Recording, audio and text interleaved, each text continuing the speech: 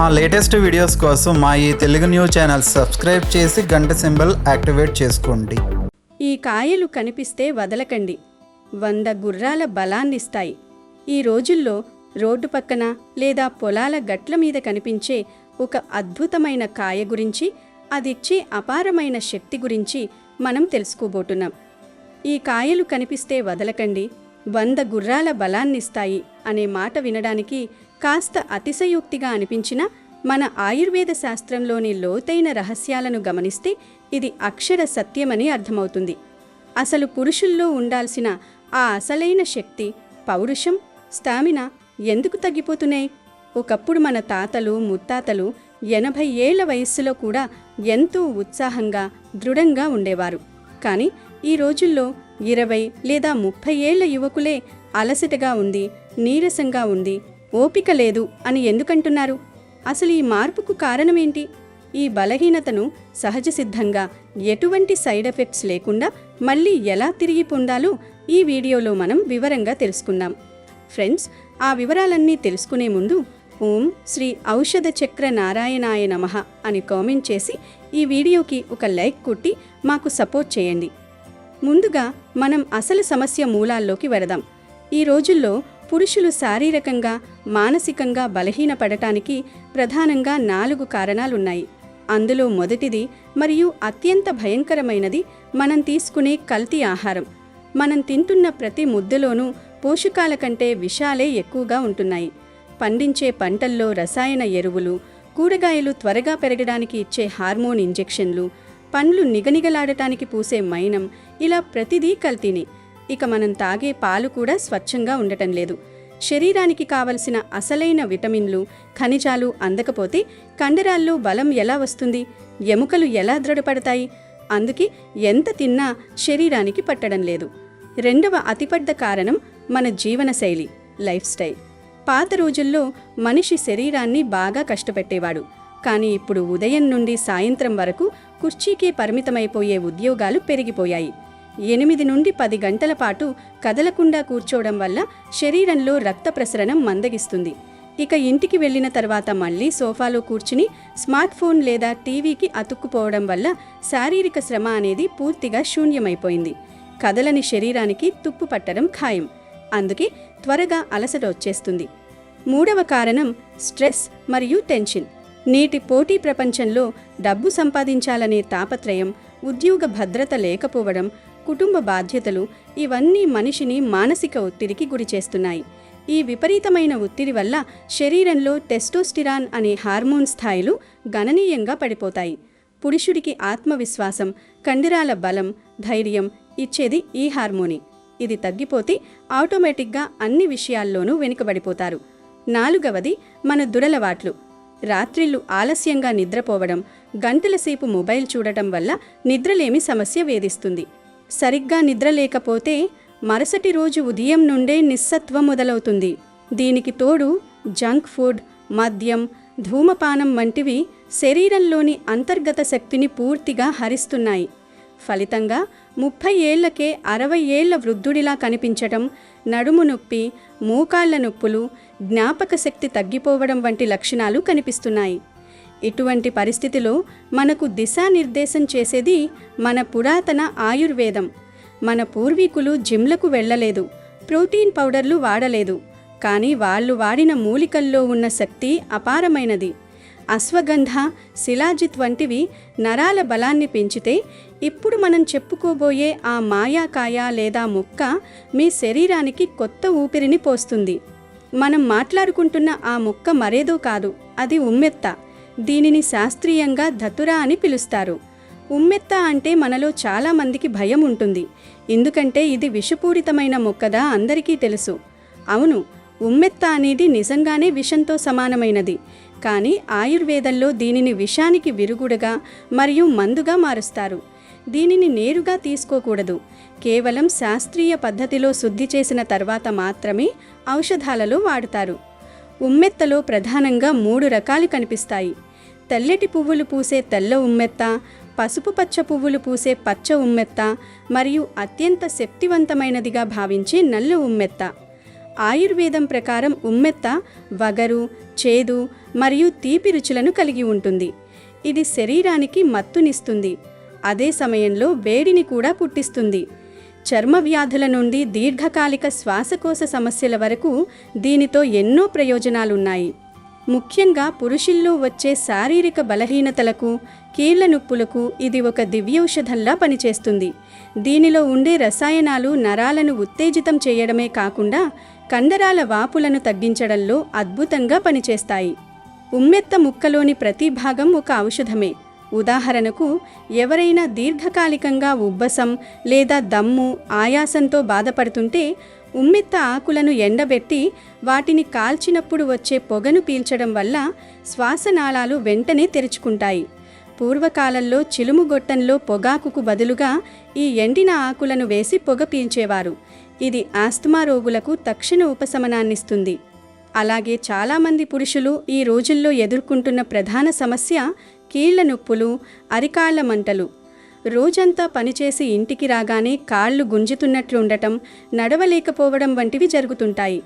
దీనికోసం ఉమ్మెత్త ఆకులకు ఆముదం లేదా కొబ్బరి నూనె రాసి వాటిని దోరగా వేడి చేసి నొప్పులు ఉన్న చోట లేదా వాపులు ఉన్న చోట కట్టుకడితే ఒక్క రాత్రిలోనే ఆ వాపులు తగ్గిపోయి హాయిగా అనిపిస్తుంది.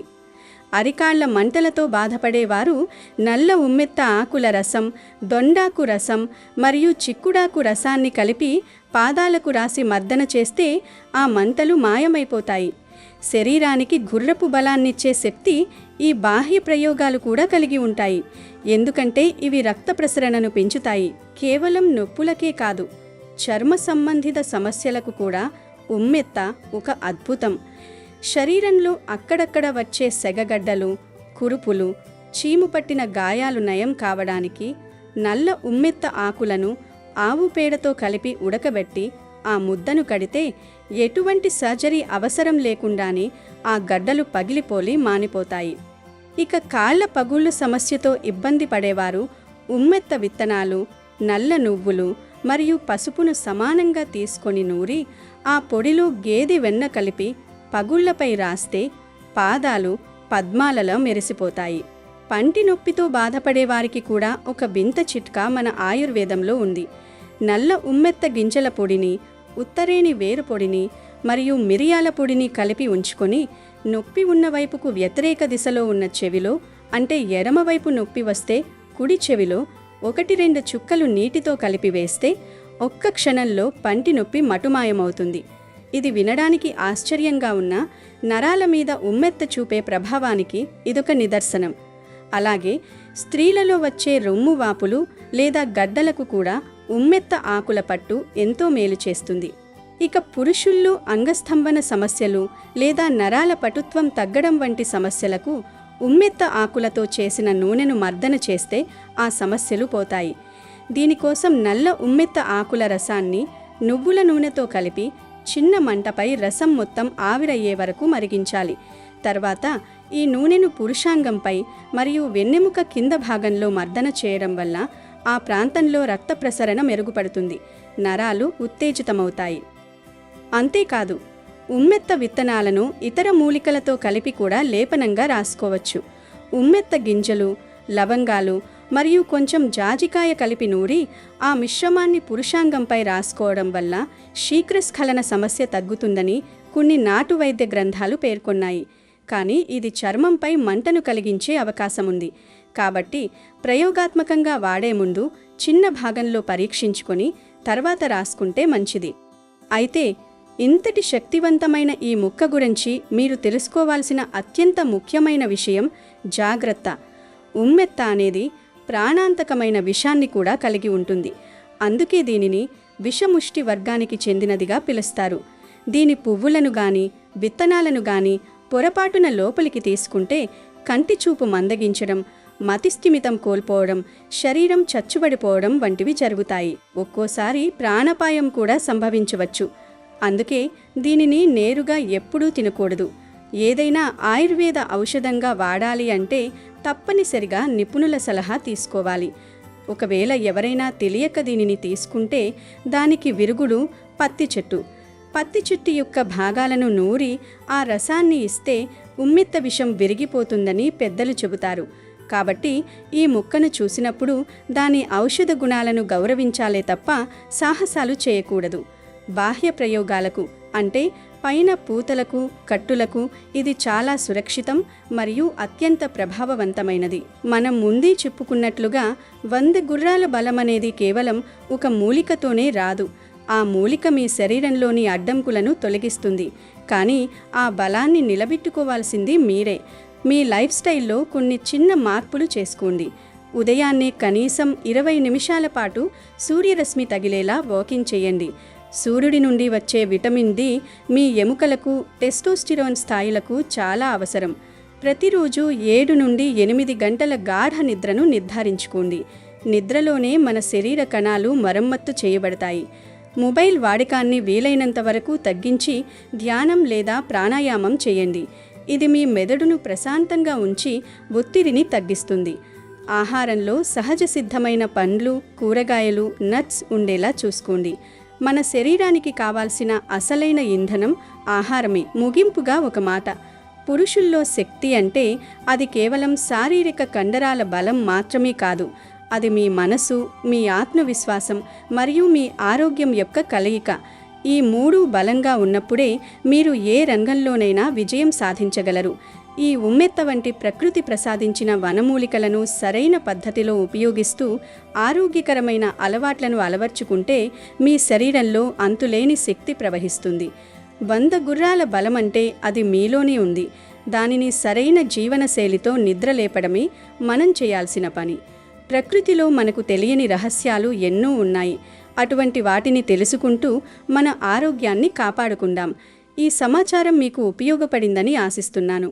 ఇలాంటి మరెన్నో ఆయుర్వేద రహస్యాల కోసం మరియు ఆరోగ్య చిట్కాల కోసం మన ఛానల్ని ఫాలో అవుతూ ఉండండి. ఇలాంటి వాళ్ళ ఇంట్లోకి మాత్రమే కప్పలు వస్తాయి. ఈ విషయాలు తెలుసుకోకపోతే మీరే చాలా నష్టపోతారు. భగవంతుని సృష్టిలో ప్రతి అణువు, ప్రతి జీవి ఏదో ఒక పరమార్థంతోనే సృష్టించబడ్డాయి. ప్రకృతి ఎప్పుడూ తనకంటూ ఒక భాషను కలిగి ఉంటుంది. దేవుడు నేరుగా మన ముందుకొచ్చి మాట్లాడడు, కానీ తన దూతల ద్వారా, మూగజీవాల ద్వారా మనకెన్నో సంకేతాలను ఇస్తుంటాడు. అలాంటి దూతలలో కప్పలు కూడా ఒకటి. మన ఇళ్లలోకి ఎప్పుడైనా కప్ప వచ్చినప్పుడు మనం సాధారణంగా ఏం చేస్తాం? దానిని చూసి భయపడతాం, లేదా అసహ్యించుకుని చీపురుతో కొట్టి బయటకు పంపించేస్తాం. కానీ అలా చేయడం ఎంత పెద్ద పొరపాటు! కప్పలు ఇంట్లోకి రావడం వెనుక దాగి ఉన్న అత్యంత రహస్యమైన, అద్భుతమైన దైవిక సంకేతం ఏమిటో తెలిస్తే మీరు ఖచ్చితంగా ఆశ్చర్యపోతారు. మరి అసలు ఇంట్లోకి కప్పలు వస్తే మంచిదేనా, లేక ఏదైనా చెడు జరుగుతుందా? అసలు కప్పలు ఎలాంటి వాళ్ళ ఇంట్లోకి వస్తాయి అనే విషయాలను ఈ వీడియోలో మనం వివరంగా తెలుసుకుందాం. నిజానికి కప్పలు ఇంట్లోకి వస్తే చాలా మంచిది. అది ఒక గొప్ప అదృష్టానికి సంకేతమని మన పురాణాలు ఘోషిస్తున్నాయి. మన హిందూ ధర్మశాస్త్రాలలో, ముఖ్యంగా గరుడ పురాణం, శ్రీమద్ భాగవతం, స్కంద పురాణం వంటి ఉద్గ్రంథాలలో ఏ జీవిని తక్కువ చేసి చూపలేదు. కప్పను కేవలం బురదలో ఉండే ఒక సాధారణ జీవిగా లేదా అపవిత్రమైనదిగా భావించడం మన అజ్ఞానం. వేదకాలం నుండి కప్పకు ఒక ప్రత్యేకమైన స్థానముంది. కప్పను వర్షదేవుడైన ఇంద్రుడికి ప్రతినిధిగా, దేవతల దూతగా పరిగణిస్తారు. వర్షమంటే జీవాధారం. వర్షం పడితేనే భూమి పులకరిస్తుంది, పంటలు పండుతాయి, సకల జీవరాశులకు ఆహారం దొరుకుతుంది. అటువంటి ప్రాణదాత అయిన వర్షానికి సంకేతం కప్ప. కప్ప అరవడం మొదలుపెట్టిందంటే వర్షం రాబోతోందని ప్రకృతి చెబుతున్నట్లే. అంటే అది ఫలవంతానికి, సమృద్ధికి, ప్రాణశక్తికి నిదర్శనం. అటువంటి జీవి మీ ఇంట్లోకి అడుగుపెట్టిందంటే మీ ఇంట్లో కూడా అటువంటి ప్రాణశక్తి, సానుకూల వాతావరణం నెలకొందని అర్థం. సృష్టిలో ఏదీ కారణం లేకుండా జరగదు. మీ ఇంటి గడప దాటి ఒక కప్ప లోపలికి వచ్చిందంటే అది తనతో పాటు ఒక గొప్ప ఆధ్యాత్మిక శక్తిని, దైవిక సందేశాన్ని మోసుకు వచ్చిందని గ్రహించాలి. కప్పలు అత్యంత సున్నితమైన జీవులు. అవి ఎక్కడ పడితే అక్కడ ఉండలేవు. ఎక్కడైతే సానుకూల శక్తి అంటే పాజిటివ్ ఎనర్జీ సమతుల్యంగా ఉంటుందో, ఎక్కడైతే ప్రశాంతత ఉంటుందో ఆ ప్రదేశాలకే అవి ఆకర్షించబడతాయి. మీ ఇంట్లోకి కప్ప వచ్చిందంటే మీ ఇంట్లో మంచి వైబ్స్ ఉన్నాయని, మీరు ప్రతిరోజు చేస్తున్న పూజలు, మీ భక్తి, మీ జపతపాలు లేదా మీరు చేస్తున్న మంచి పనులు సరైన మార్గంలో వెళుతున్నాయని అది సూచిస్తుంది. అది మీ జీవితంలో రాబోయే ఒక అద్భుతమైన మార్పుకు, పరివర్తనకు నాంది. దేవుడు మీ మొర ఆలకించాడని, మీ కష్టాలు తీరే సమయం ఆసన్నమైందని చెప్పడానికి ప్రకృతి పంపిన చిరునామా ఆ కప్ప. కప్ప ఇంట్లోకి రావడం అనేది ఎంత శుభప్రదమో, అది ఇంట్లో ఏ ప్రదేశంలో దర్శనమిచ్చిందో దానిని బట్టి దాని ఫలితాలు మరింత నిర్దిష్టంగా ఆధారపడి ఉంటాయి. చాలామంది తమ ఇంట్లో చనిపోయిన వారి ఫోటోల దగ్గరకు కప్ప వచ్చి స్థిరంగా ఉంటుందని, దాని అర్థం ఏమిటి అని అడుగుతుంటారు. ఇది అత్యంత ముఖ్యమైన మరియు చాలామందికి తెలియని దైవిక రహస్యం. మన ఇంట్లో పెద్దలు లేదా బంధువులు ఎవరైనా మరణించినప్పుడు వారి ఫోటోలను మనం ఇంట్లో పెట్టుకొని పూజిస్తుంటాం.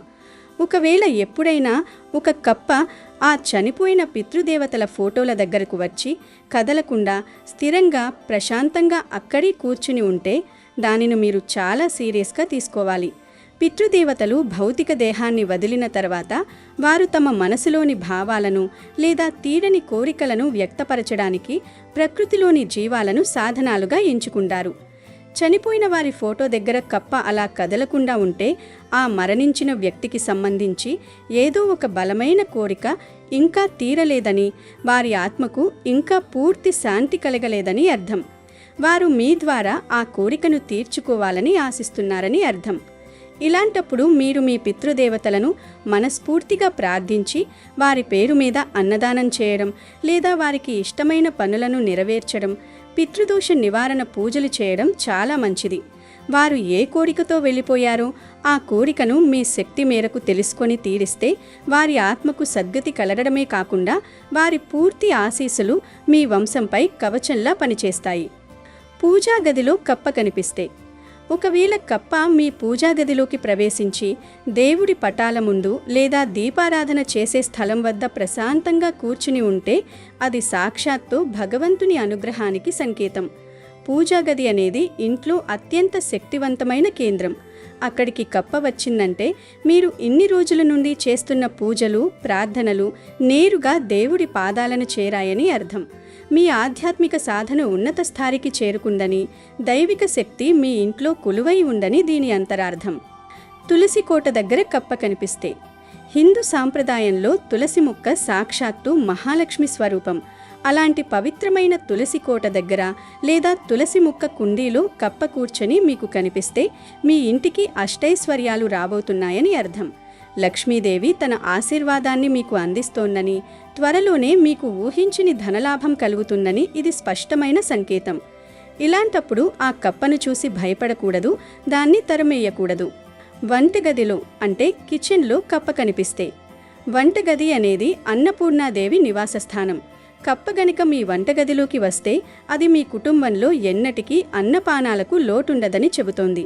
అంతేకాకుండా కుటుంబ సభ్యుల ఆరోగ్యం మెరుగుపడుతుందని, ఇంటిల్లిపాది సుఖ సంతోషాలతో ఆయురారోగ్యాలతో వర్ధిల్లుతారని ఇదొక శుభ సూచిక.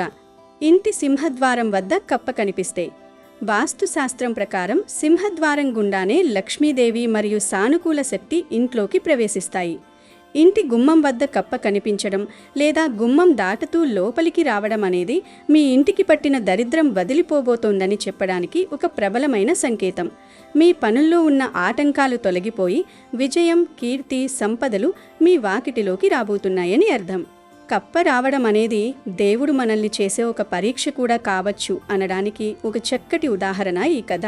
పూర్వం ఒక ఇల్లాలు ప్రతిరోజు ఎంతో నిష్టగా, భక్తి శ్రద్ధలతో తెల్లవారుజామునే లేచి తులసి కోటను శుభ్రం చేసి దీపారాధన చేసి నీళ్లు పోసి పూజించేది. ఆమె భక్తికి మెచ్చి లక్ష్మీదేవి ఆమెను కరుణించాలనుకుంది. ఒకరోజు ఆ స్త్రీ పూజ చేయడానికి వెళ్లేసరికి తులసి మొక్క దగ్గర ఒక కప్ప కూర్చుని ఉంది. కప్పను చూడగానే ఆమెకు ఎక్కడి లేని భయం, అసహ్యం వేసింది. ఛీ, ఈ అపవిత్రమైన జీవి ఇక్కడి కిందికి వచ్చింది అని భయపడి ఆ రోజు తులసికి నీళ్లు పోయలేదు, పూజ చేయకుండానే వెనుతిరిగింది. ఆ మరుసటి రోజు నుండి ఆమె భర్త వ్యాపారంలో అకస్మాత్తుగా తీవ్రమైన నష్టాలు రావడం మొదలయ్యాయి.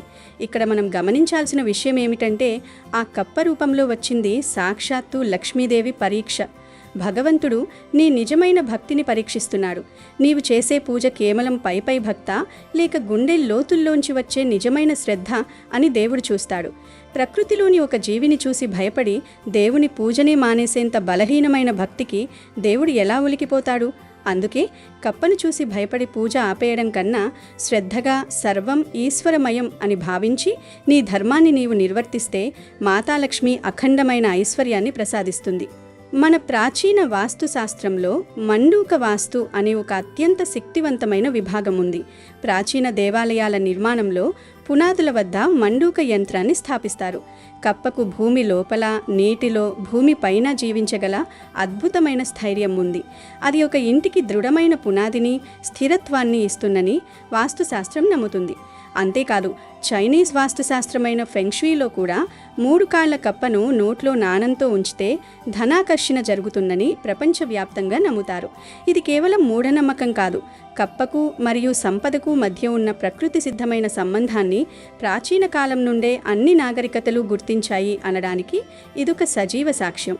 అయితే ఇన్ని మంచి విషయాలు ఉన్నప్పటికీ కొన్ని ప్రత్యేక పరిస్థితుల్లో కప్ప కనిపించడం అశుభానికి లేదా నకారాత్మక శక్తికి సూచనగా కూడా ఉంటుంది. కప్పలు మీ ఇంట్లో పదే పదే చనిపోతూ కనిపిస్తే, లేదా ఇంట్లో మురికి నీరు నిలిచిపోయి ఆ దుర్వాసన మధ్య, ఈగల వాన మధ్య కప్పలు తిరుగుతూ ఉంటే అది ఏమాత్రం మంచిది కాదు. దీనర్థం మీ ఇంట్లో విపరీతమైన నెగిటివ్ ఎనర్జీ ప్రవేశించినని లేదా తీవ్రమైన వాస్తు లోపం ఉందని అర్థం. ఇలాంటి అపరిశుభ్ర వాతావరణం రోగాలకు, దరిద్రానికి దారితీస్తుంది. మీ ఇంట్లో కప్పలు అశుభరీతిలో కనిపించినా లేదా చనిపోయిన కప్పలు కనిపించినా ఇంట్లో ఉన్న దోషాలు పోవడానికి ఒక అద్భుతమైన శక్తివంతమైన ఉపాయం ఉంది. వెంటనే ఇల్లు మొత్తం గంగాజలంతో లేదా పసుపు నీళ్లతో శుద్ధి చేయండి. ఓం నమః శివాయ అనే పంచాక్షరి మంత్రాన్ని 108 సార్లు జపించండి. ఆ తర్వాత ఒక స్వచ్ఛమైన మట్టి ప్రమిదను తీసుకోండి. అందులో స్వచ్ఛమైన ఆవు నెయ్యి వేసి 2 లవంగాలు వేయండి. ఓం శ్రీ మహాలక్ష్మియై నమః అనే మంత్రాన్ని పఠిస్తూ 3 వత్తులు వేసి ఆ దీపాన్ని వెలిగించండి. ఈ దీపాన్ని మొదట మీ ఇంటి ప్రధాన ద్వారం, మెయిన్ డోర్ దగ్గర సరిగ్గా 7 నిమిషాల పాటు ఉంచండి. అనంతరం ఆ దీపాన్ని భక్తి శ్రద్ధలతో తీసుకువెళ్ళి మీ ఇంటి తులసి కోట దగ్గర ఉంచండి. చేతులు జోడించి, హే ప్రభు, నీవు పంపిన ఈ సంకేతాన్ని, ప్రకృతి సందేశాన్ని అర్థం చేసుకునే విజ్ఞానాన్ని, శక్తిని, నిశ్చలమైన భక్తిని నాకు ప్రసాదించు అని ప్రార్థించండి. ఇలా చేయడం వల్ల ఇంట్లోని సమస్త నకారాత్మక శక్తులు నశించిపోయి లక్ష్మీ కటాక్షం కలుగుతుంది. కప్పల గురించి తెలుసుకోవాల్సిన మరో ఆసక్తికరమైన విషయం ఏమిటంటే, ఇవి పర్యావరణ సమతుల్యతలో అత్యంత కీలక పాత్ర పోషిస్తాయి. కేవలం ఆధ్యాత్మికంగానే కాకుండా శాస్త్రీయంగా మరియు ప్రకృతిపరంగా కూడా కప్పలు మనకు ఎంతో మేలు చేస్తాయి. కప్పలను మన రైతుల పాలిట ఆత్మీయ మిత్రులుగా వ్యవహరిస్తారు. పంట పొలాల్లో, ఇళ్ల చుట్టుపక్కల ఉండే అనేక రకాల హానికరమైన కీటకాలను, దోమలను ఇవి ఆహారంగా తీసుకుంటాయి. దీనివల్ల డెంగ్యూ, మలేరియా వంటి భయంకరమైన వ్యాధులను వ్యాప్తి చేసే దోమలు అదుపులో ఉండి మానవాళికి సహజమైన రక్షణ కలుగుతుంది. అంటే మీ ఇంట్లోకి కప్ప వచ్చిందంటే మీ కుటుంబ ఆరోగ్యాన్ని రక్షించడానికి ప్రకృతి స్వయంగా పంపిన కాపలాదారుగా దాన్ని భావించవచ్చు. మన ప్రాచీన యోగ శాస్త్రంలో కూడా కప్పకు ఎంతో ప్రాధాన్యతను ఇచ్చారు. యోగాసనాలలో మండూకాసనం అనేది చాలా ప్రసిద్ధమైన మరియు శక్తివంతమైన ఆసనం. కప్ప ఏ విధంగా అయితే తన కాళ్లను మడిచి స్థిరంగా ఏకాగ్రతతో కూర్చుంటుందో అదే భంగిమలో చేసే ఈ ఆసనం వల్ల మనిషిలో శారీరక రుగ్మతలు తొలగిపోయి జీర్ణశక్తి మెరుగుపడటమే కాకుండా మనసుకు అపారమైన ప్రశాంతత లభిస్తుంది. ఒక చిన్న జీవి అయిన కప్ప భంగిమ నుండి మన మహర్షులు ఇంత గొప్ప యోగ రహస్యాన్ని గ్రహించారంటే దానికి ఉన్న ప్రాముఖ్యత ఎలాంటిదో మనం సులభంగా అర్థం చేసుకోవచ్చు. మన పురాతన గ్రంథాలైన ఉపనిషత్తులలో కూడా మాండూక్యోపనిషత్తు అనేది ఒక గొప్ప వేదాంత గ్రంథం. ఇది సృష్టి రహస్యాలను, ఓంకారనాదంలోని పరమార్థాన్ని లోకానికి వివరిస్తుంది. మండూక రూపంలో ఉన్న వరుణదేవుడు ఈ జ్ఞానాన్ని అందించాడని మన పురాణాలు చెబుతున్నాయి. కప్పల జీవనశైలిని గమనిస్తే అందులో మనకొక అద్భుతమైన జీవిత పాఠం కనిపిస్తుంది. వేసవి కాలంలో ఎండల తీవ్రతకు కప్పలు భూమి అడుగు భాగానికి వెళ్ళిపోయి ఎటువంటి ఆహారం, నీరు లేకుండా నెలల తరబడి సమాధి స్థితిలో, హైబర్నేషన్లో నిశ్చలంగా ఉండిపోతాయి. మళ్లీ వర్షాకాలం రాగానే, తొలకరి చినుకులు పడగానే భూమిని చీల్చుకుని నూతన ఉత్తేజంతో వానపాట పాడుతూ బయటకు వస్తాయి. కప్పల ఈ అద్భుతమైన లక్షణం మనిషికి ఓర్పును, సహనాన్ని నేర్పుతుంది.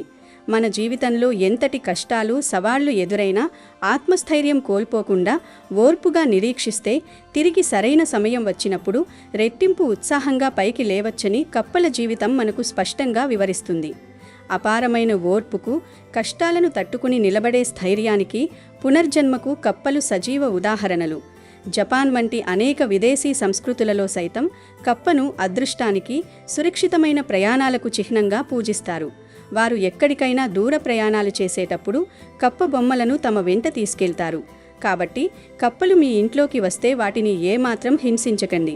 వాటికి హాని తలపెట్టడం వల్ల ప్రకృతికి కీడు చేసిన వారమే కాకుండా భగవంతుని ఆగ్రహానికి గురవుతాము. ప్రకృతిలోని ప్రతి జీవికి బతికే హక్కు ఉంది. ఆ మూగ జీవాలను దయతో, ప్రేమతో చూసినప్పుడే మన జీవితం కూడా అష్టైశ్వర్యాలతో వికసిస్తుంది. చివరగా మీరు గ్రహించవలసిన అతి ముఖ్యమైన సత్యం ఒక్కటే: కప్పలనేవి అందరి ఇళ్లలోకి అంత సులువుగా రావు. ఎవరి జాతకంలో అయితే అదృష్టం రాసిపెట్టి ఉందో, ఎవరి జీవితంలో అయితే చీకట్లు తొలగిపోయి వెలుగులు నిండబోతున్నాయో, అలాంటి అదృష్టం ఉన్నవాళ్ల ఇంట్లోకి మాత్రమే కప్పలు వస్తాయి. కప్ప మీ ఇంట్లోకి వచ్చిందంటే దాని అర్థం త్వరలోనే మిమ్మల్ని అదృష్టం వరించబోతోందని, ఇన్నాళ్లుగా మిమ్మల్ని పట్టి పీడిస్తున్న దరిద్రం, కష్టాలు, కన్నీళ్లు శాశ్వతంగా దూరం కాబోతున్నాయని అర్థం. ప్రకృతి పంపే ఈ అద్భుతమైన జీవిని ఒక అపశకునంగా భావించకండి. అది మీ పాలిట దైవం పంపిన ఒక గొప్ప వరంగా భావించండి. దాన్ని గౌరవించండి, హింసించకండి. మీ ఇంట్లోకి వచ్చిన సానుకూల శక్తికి నమస్కరించండి. అప్పుడు ఖచ్చితంగా మీ జీవితం సుఖ సంతోషాలతో, అష్టైశ్వర్యాలతో వర్ధిల్లుతుంది. అమెజాన్లో బెస్ట్ డిస్కౌంట్స్ కోసం వీడియో డిస్క్రిప్షన్లో లింకు ఉంది, చూడండి. అలాగే మా టెలిగ్రామ్ ఛానల్ సబ్స్క్రైబ్ చేసుకోండి.